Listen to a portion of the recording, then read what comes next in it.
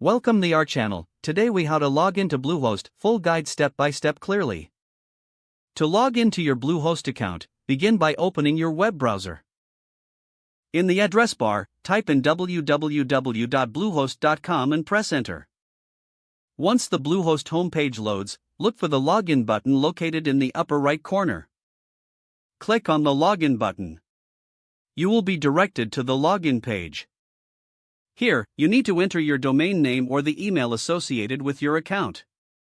After you've entered your domain name or email, move to the next field. Enter your account password. Make sure to double-check your credentials for accuracy. Once you have verified that both the domain/email and password are correct, click the Submit button. If your information is correct, you will be taken to your Bluehost dashboard.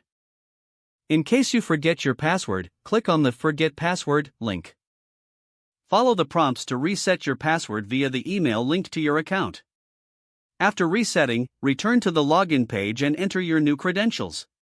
If you encounter any error messages, ensure that your internet connection is stable. If issues persist, consider clearing your browser's cache and cookies. Alternatively, try logging in using a different web browser or device.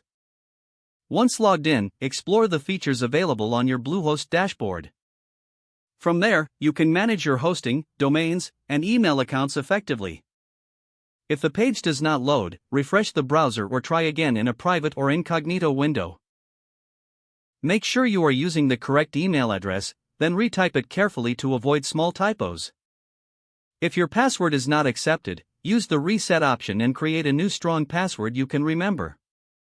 Check your spam folder for verification or security emails, then complete any requested confirmation steps.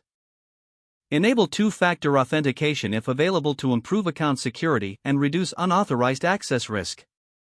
After signing in, review your profile details so your contact information and settings are accurate and current.